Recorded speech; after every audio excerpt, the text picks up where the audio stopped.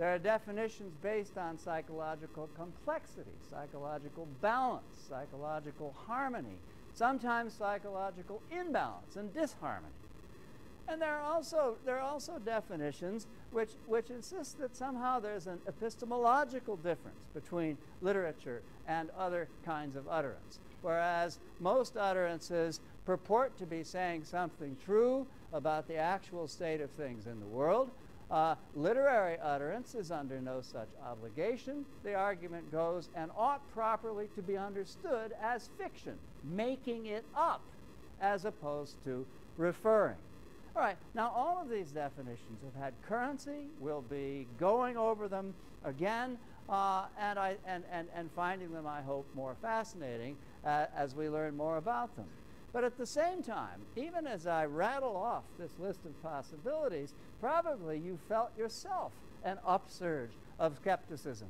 You said, my goodness, I can easily find exceptions to all those rules. It's ridiculous to think that literature could be defined in any one of those ways, or even in a combination of all of them. Literature is many things, a many splendored thing, you say to yourself, and it simply cannot be confined or trapped within a definition of that kind.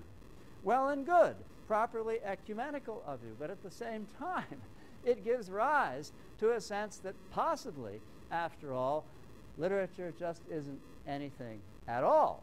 In other words, that literature may not be susceptible of definition, of any one definition, but it is rather, and this is the so-called neo-pragmatist argument, but it is rather whatever you think it is. Or, more precisely, whatever your interpretive community says that it is. And this isn't really a big problem. It's kind of unsettling because we like to know what things are, but at the same time, it's not really a big problem because as long as we know about the fact that a certain notion of literature exists in certain communities, we can begin to do very interesting work precisely with that idea. And we can say there's a great deal to learn about what people think literature is, and we can develop very interesting kinds of thinking about the variety of ways in which these ideas are expressed. And so it's not perhaps crippling if this is the conclusion we reach, but at the same time, it's not the only possible conclusion. Possibility of definition persists. Definition is important to us, and we're certainly not going to give it short shrift in this course. We're going to make every effort to define literature as carefully as we can. Now, in addition to defining literature, literary theory also asks questions, obviously not unrelated, but which open up the field somewhat. What causes literature, and what are the effects of literature? And in a way, there's a subset of questions that arises from those to the effect, and this is, of course, what we'll be taking up next time, the question, what is an author? That is to say, if something causes literature, there must be some sort of authority behind it, and therefore we find ourselves asking, what is an author? And by the same token, if literature has effects, it must have effects on someone, and this gives rise to the equally interesting and vexing question, what is a reader? And literary theory is very much involved with questions of that kind. And organizing those questions is basically what rationalizes the structure of our syllabus. You'll notice that we move in the syllabus after a couple of introductory talks that I'll mention in a minute. We move in the syllabus from the idea that literature is in some sense caused by language, to the idea that literature is in some sense caused by the human psyche, to the idea that literature is in some sense caused by social, economic, and historical forces. And there are corollaries for those ideas in terms of the kinds of effects that literature has and what we might imagine ourselves to conclude from them.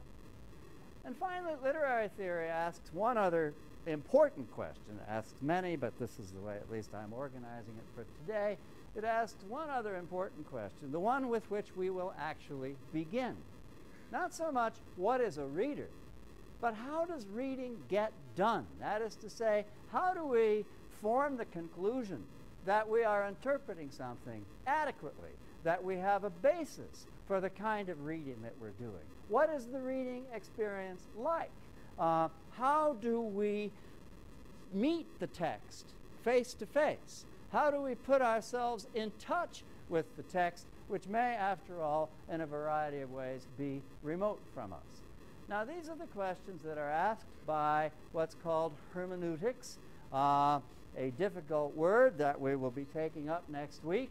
It has to do with the god Hermes, who conveyed language to man, in a certain sense, among many other functions, the god of communication. And it is, after all, obviously, about communication. So, hermeneutics will be our first topic, and it attempts to answer the last question that I'll mention, which is raised by theory of literature. All right, now, let me pause quickly over the word introduction. I first started teaching this course in the late 70s and 80s when literary theory was a thing absolutely of the moment. As I told the teaching fellows, I had a colleague in those days who looked at me enviously and said he wished he had the black leather concession at the door. Theory was both hot and cool, and it was something about which, following from that, one had not just opinions, but very, very strong opinions. In other words, the teaching fellows I had in those days, who knows, they may rise up against me in the same way this semester, but the teaching fellows I had in those days said, you can't teach an introduction. You can't teach a survey. You can't say, if it's Tuesday, it must be Foucault. If it's Thursday, it must be Lacan. You can't approach theory that way.